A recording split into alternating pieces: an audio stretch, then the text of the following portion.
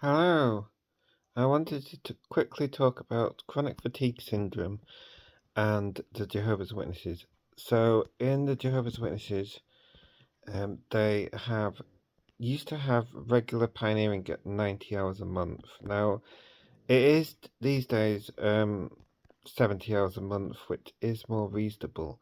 But when it was 90 hours a month, that meant that people who were pioneering, particularly sisters, who pioneered for many years, oftentimes with no car in hilly terrain, um, led to exhaustion. And over time, as particularly when they did long walks between studies and on-field ministry, when they were when they were on the period and they just pushed through, because 90 hours is a lot of time to cover in 1 month.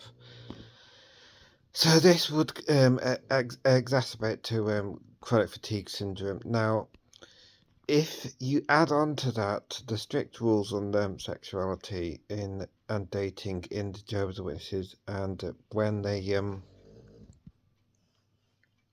go and um, then basically that also it adds to emotional exhaustion. So you have emotional exhaustion from strict dating rules, and then you have physical exhaustion from the actual field ministry, and then you just add on top of that a viral infection, and bam, you have the perfect storm then to create chronic fatigue syndrome. Now, the interesting thing is that if you have chronic fatigue syndrome caused by this, the sisters that have it see the ideal from the circuit overseer's wife. And the circuit overseer and his wife are interesting because they almost never have any children and they're in a stable relationship. So the stable relationship reduces the risk factor of getting chronic fatigue syndrome. They also always have a car. So there never are Jehovah's Witnesses don't have a car. So the ideal is having a car, being in a stable relationship, and then um, the 90 hours a month seems to be doable. But, so for those, they then internalize that as the problem being so they assume that the religion is correct. So if you assume that the religion is correct, that means that you see that having the children is the problem. The desire for having an unauthorized relationship, such as with a divorced person, is seen as the problem, and that the ideal is to get some kind of relationship, a childless relationship that stabilizes things, and that's what's modelled by the as the ideal to Jehovah's Witness sisters by the Secretary and his wife. This then protects the narrative that the organisation is not at fault when it is. Um, so this ends up with a situation where the sisters themselves that gets the chronic fatigue syndrome blames the emotional stress for either having a relationship or having a child, because uh, to the sister it's the same thing, because if you have the child, then this will create the same effect as having the traumatic relationship in terms of the risk factor for chronic fatigue syndrome. So, from her point of view, this will be okay. The thing to do is to not have children. And a lot of these sisters had that ideal, and they have like come up with like various culture ways of like justifying that. And part of the reason for that was, of course, that if you're keeping everything else equal, then you have to explain everything away. So you have chronic fatigue syndrome, but the closest relatives, like brothers, can all see things in a different way. So if you have a sister who gets chronic fatigue syndrome after a tipping point of some kind of forbidden relationship with someone that's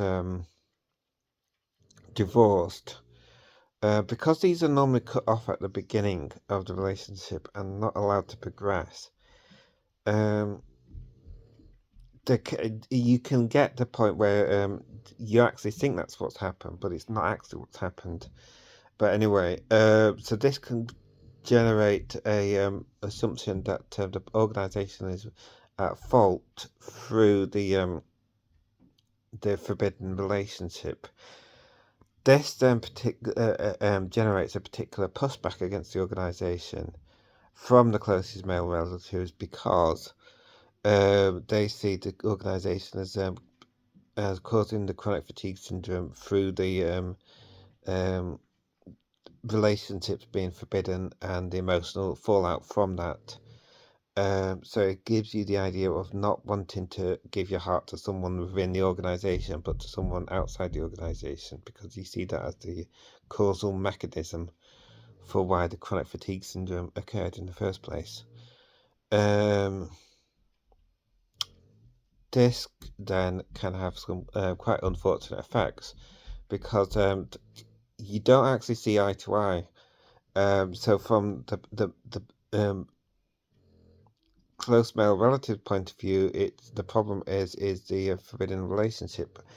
From the actual sister's point of view, the problem is that the organisation must be right, and if you didn't have children, then it would be better.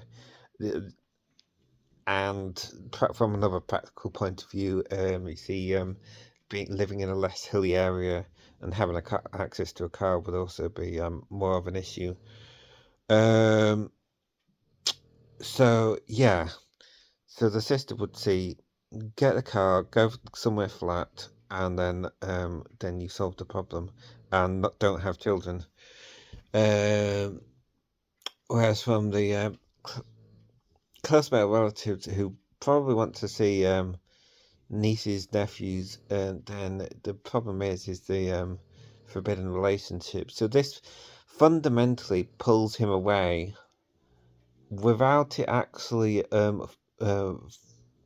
getting a proper understanding and having a proper empathetic viewpoint from her viewpoint of how she's viewing things. This is why the governing body always emphasizes how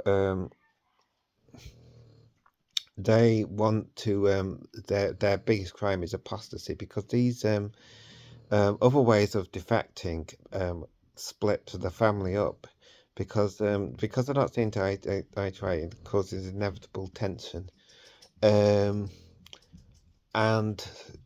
the JW woman would say, okay, right, they want to draw closer to the organisation, they want to do things correctly, and they want to solve all the external factors that are adding to it, and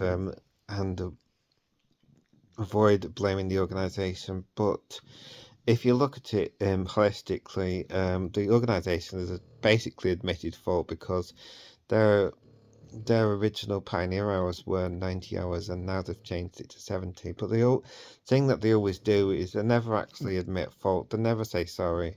It's always, oh yeah, we're just having a change. We didn't do anything wrong. And it's all so frustrating. But yeah, maybe this gives people a different perspective. But I just wanted to talk about it. Thanks. Bye.